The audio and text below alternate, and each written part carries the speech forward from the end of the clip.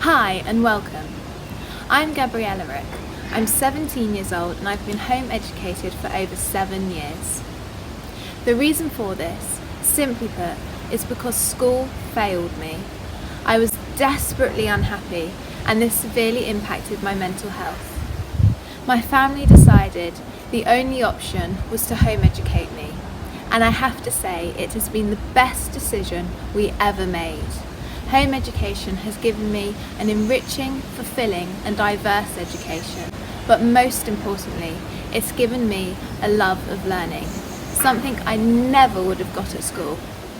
But don't take my word for it. We have some experts on shortly who will talk more about the benefits of home education. But firstly, before we begin, I would like you to think about this. Here's a car of today, and here's a car from 150 years ago. There's a big difference. Well, here's a phone from 150 years ago. In fact, here's a computer from only 4 decades ago. Now look how much technology has changed. There's a big difference, isn't there? Well, here's a classroom of today, and here's a classroom from 150 years ago. Nothing has changed. How can we prepare our children for the future and the challenges it brings when we are teaching in the past, in a way that hasn't changed in over 150 years? Home education is the future, with countless benefits, including flexible learning, more quality family time, children being able to be children for longer, less pressure, more practical learning, which therefore leads to happier children. Now it's over to our experts, who will talk more about the benefits of home education, as well as some of the misconceptions people have about it. Firstly, let's explore how home education gives you the freedom to tailor an education to a child's specific needs.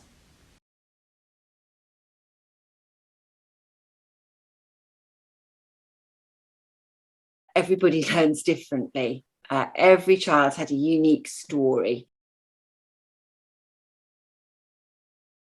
They're like snowflakes. Each one is an individual, just as each home education provision is individual.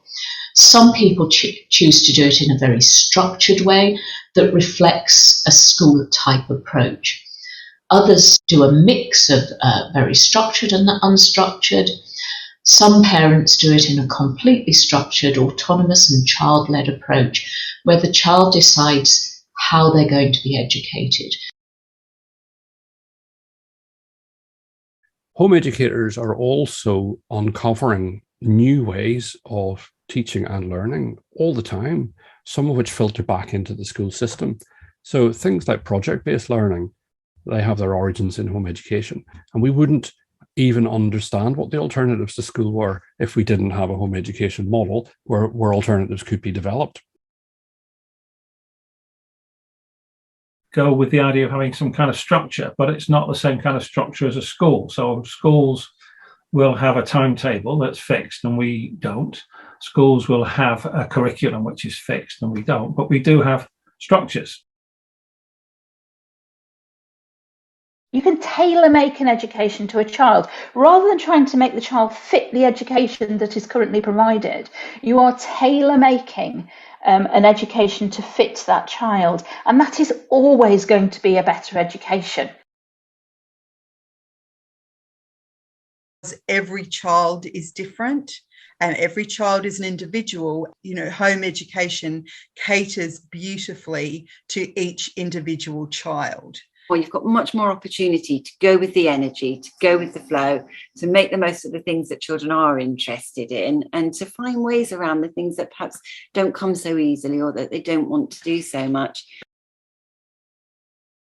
You don't have to work at everybody else's pace. You can kind of just slow down or speed up if you need to. Because you're following the way the child thinks, the way the child learns, the way the child does best, and you're able to adapt very quickly to suit that child, you introduce flexibility in both the education and in the child's thought processes. So the child learns to think flexibly, they learn to problem solve better. Whereas in a school environment, everything must be averaged out. And some children will be very well suited to the school environment and they should stay there. Other children are looking out the window, just waiting until their time at school comes to an end because it's not suited to them. If I was in school, then the system would not have allowed me to do subjects as and when I wanted to. And that would have meant that I didn't get nearly as good grades and I didn't enjoy education nearly as much. I think I've been able to learn at my own pace as well. I haven't really been slowed down by the education system. And learn at my own pace has probably been the biggest thing that's helped me to learn. Gyro says that he can work much quicker than he could at school, and as he has the flexibility to follow his interests, it makes studying more interesting. Koji says that he's able to progress at his own rate and can get help immediately, whereas at school the teacher often didn't get to him, so he couldn't improve. Following interest and without the need to be tested, where you have to close your focus to getting through a curriculum or a test, then the home educated children, I think they really benefit from that. And I have seen that in my research. What home education does is it sets you up to follow your dreams, to achieve whatever it is that you want to achieve. When I look at the curriculum, it's just so small and so narrow. Children who have a home education are educated at home. I mean, the world is their oyster. You're more aware of what you're doing rather than just blindly following everyone else who's doing the school curriculum. A lot of learning that goes on in school, by virtue of the setup in school, is disassociated from where you're actually going to use that learning. Getting out of the school mode, which locks you into this narrow perspective. In school, where you've got 20, 30 children and one teacher, reading and writing are essential. That is the tool of pedagogy. I think the modern world's going to move much more in the direction of away from traditional schooling. At home, you can use the visual, you can use the verbal, you can talk about things, you can discuss things, you can use the hands-on, you can go to places, you can experiment, you can set things up. Lots more scope for experiential learning, for listening in various different forms, and for talking in various different forms. In countries where children start school later, even the later you start, then the child has been naturally following their instincts for a while. And in countries with a later starting age, that's just taken as normal.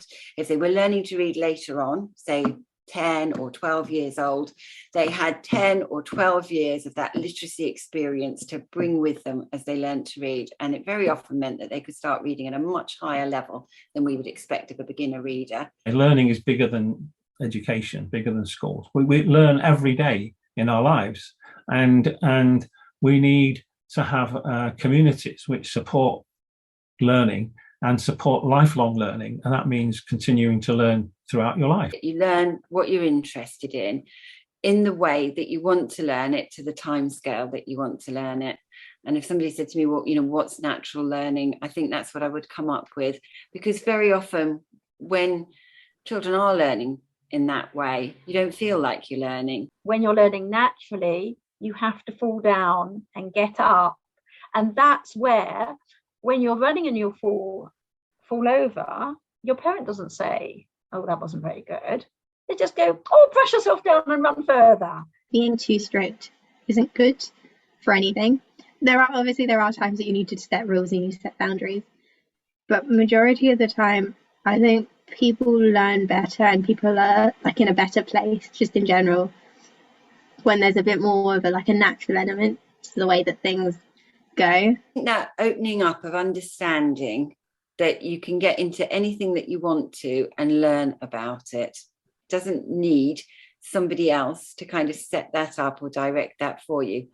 Once I got invested and sort of interested in the subject, I would, skyrocket with it. You have to help young people not to be switched off from learning when they're younger, because if you're drilled in a school and then you leave school and you go, well, somebody else's job is to teach me stuff. Well, it isn't. When you're an adult, you've got to take charge of your own life and support other people. So it's having that culture which recognizes that learning is crucial. It's crucial in any society. It's the only way that people change is through learning. And so it's about creating a context, not about creating laws that say you can't educate outside school, because that just inhibits having that wider context. It's hardly a question, really, do home educated children feel motivated, because it's a natural process. And what we might look at are processes that might lead to demotivation, but those are not natural processes. I think I've got a bigger self-motivation than I did when I was in school, because of the fact that if you don't work, you're not going to get anywhere, and you're not going to accomplish anything. And that's kind of like something that you kind of, once you recognize, you start pushing yourself more. Finding a way forward for yourself is very, very empowering, and turns people from being sort of quite passive and waiting for other people to do things for them into being very active and able to do things and to get things moving for themselves.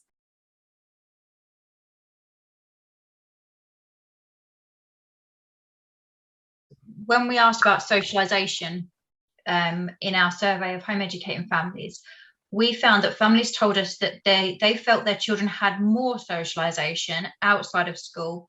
They told us that their children experienced a wider age range that they socialised with, and from more diverse backgrounds. Research finds that home educated children are better socialised than school children. They're less likely to be unemployed as adults. They're more likely to say that they understand politics. They're more likely to read a book for pleasure. They're more likely to have empathy and work for a charity. And these things come from the difference in socialisation. And I think the view of home education as lacking socialisation comes from a narrow mindset. To assume that the so-called socialisation that goes on in school, which is a very forced environment where you are only socialising with people who are your own age, or live in your area or whatever, there's a lack of diversity of socialisation. To assume that that's normal, the only other places you get that is the army or prison, really. With home educated children, you tend not to have the forced aspect. You know, when a home educated child doesn't want to go to an activity, well, at the end of the day, it's optional. It's not optional at school. The child that doesn't want to socialise in school becomes sort of isolated and feels the difference. In schools, I mean, the notion that you're sitting in rows behind desks and that you're socialising is a bit bizarre. The research evidence is over the last 25 years, there's been a reduction in around 25 minutes of break time in schools. The breaks when you can actually socialise are less now than they used to be. And that young people actually, in surveys of children in schools, is that they want more break times.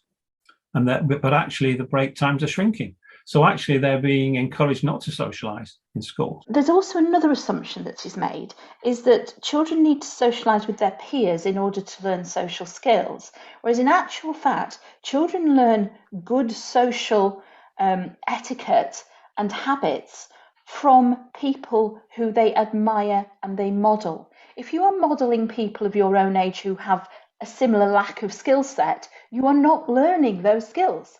So actually, by mixing with a diverse range of people, you are learning tools for your future, tools for your socialisation, which are going to see you well into your adulthood. The evidence is that, that home educated children do spend time with others, and that they're not restricted by age.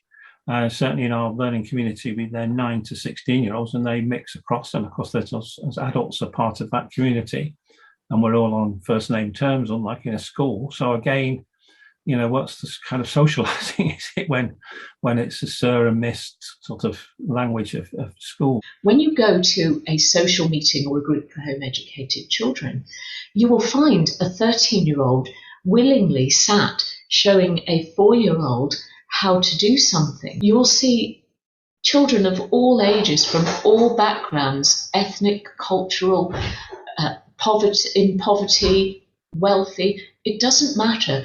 They will be mixing together willingly and happily. Rather than school kids who just socialise with people of their age, I'm now going to college and socialising with 18-year-olds. I get on really well with adults and younger children as well. It's let me socialise at my own pace and with who I wanted to, rather than just children of my age. If anything, I've become better at socialising. I was okay with socialising with kids my age before, but now I feel like I'm a bit more mature now. So like I can talk and socialise with people older than me and younger than me. So I think I'm well adjusted in that sense. Speaking to other human beings is a natural process of human development. We enjoy doing it. On the whole, we enjoy doing it. And it's not something we really need to learn. So I feel for brain development, you want a good mix of socializing and being with other people, but also learning to be alone with our own thoughts and develop our thinking without needing to depend on other people and other resources to think. So home education as a practice is an incredibly social approach to education. And that's one of the big myths around home education, that it's done in isolation. So our research showed us that across the spectrum of the types of families that choose to home educate, that socialization was one of the foundations of that, and part of that is community learning.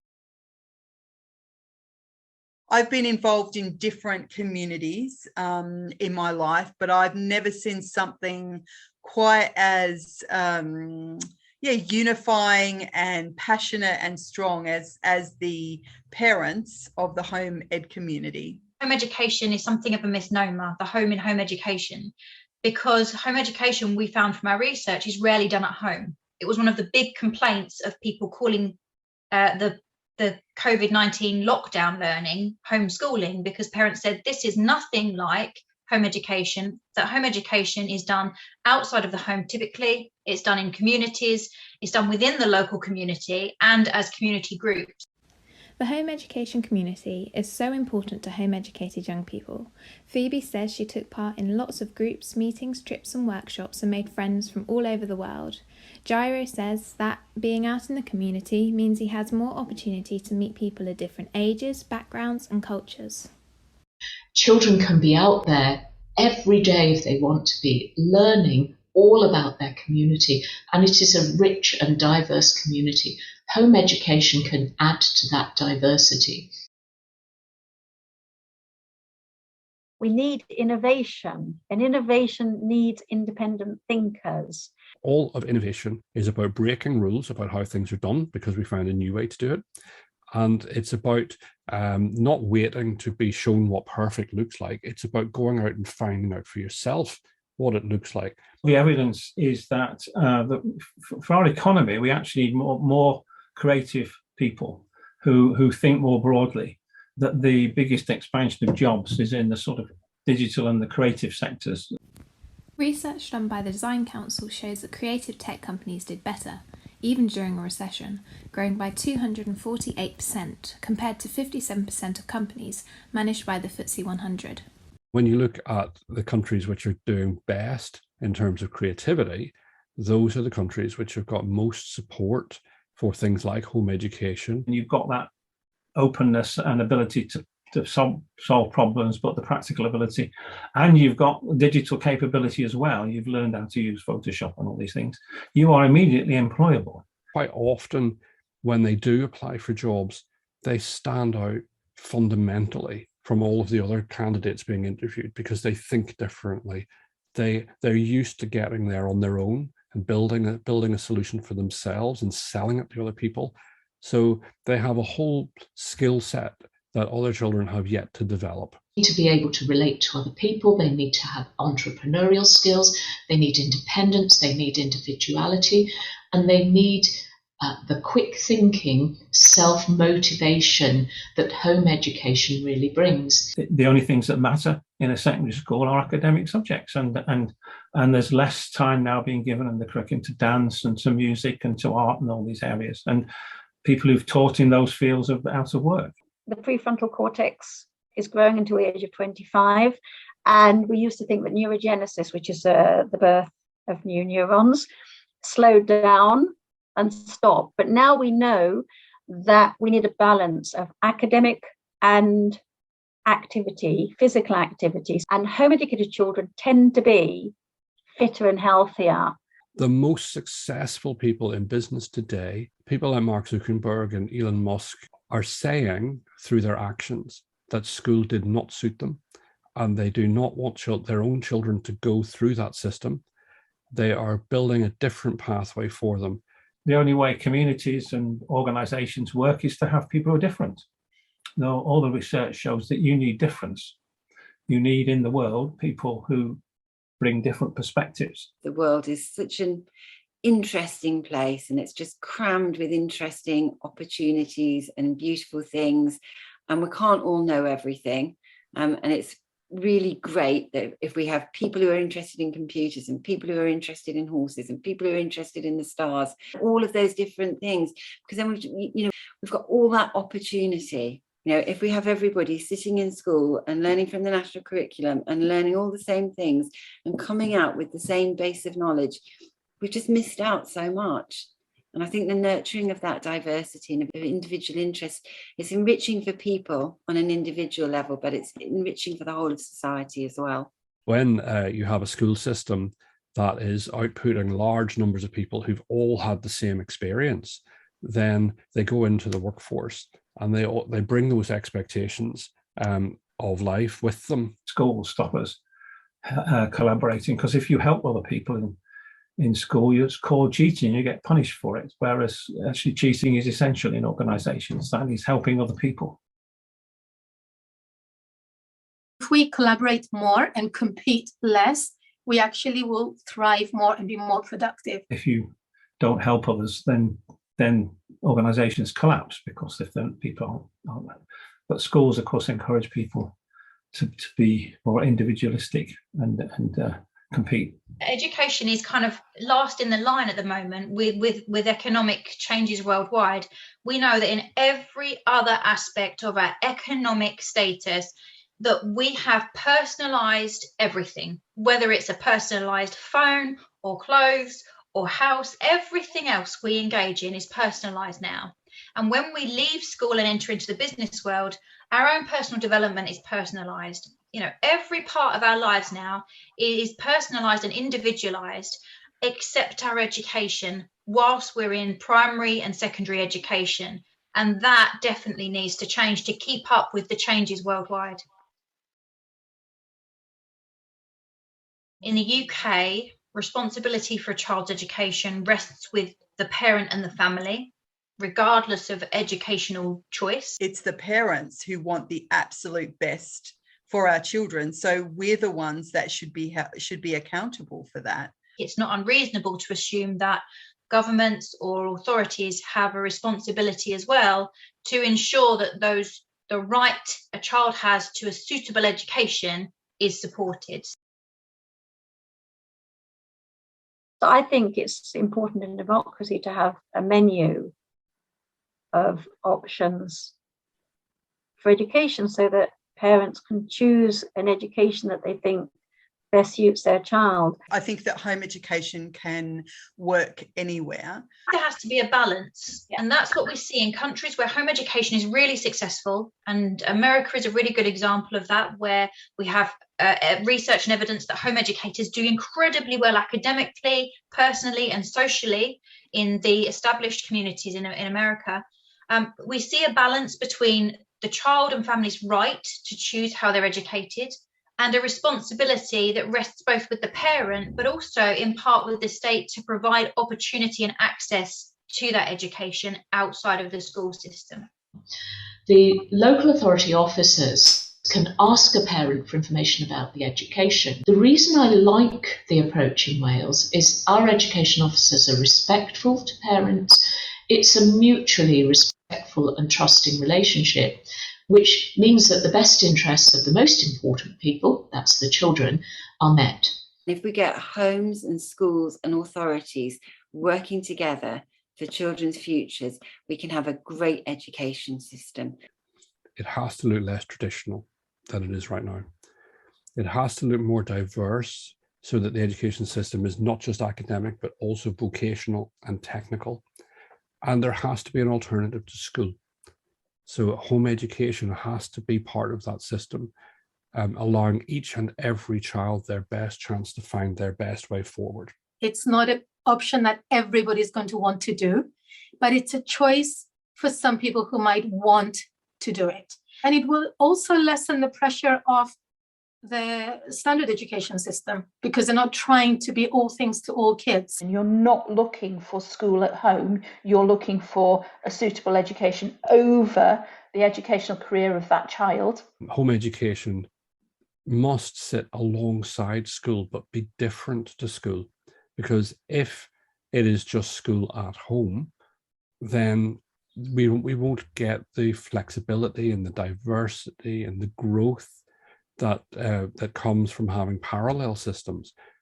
For me, and for so many other parents, it's about having choice.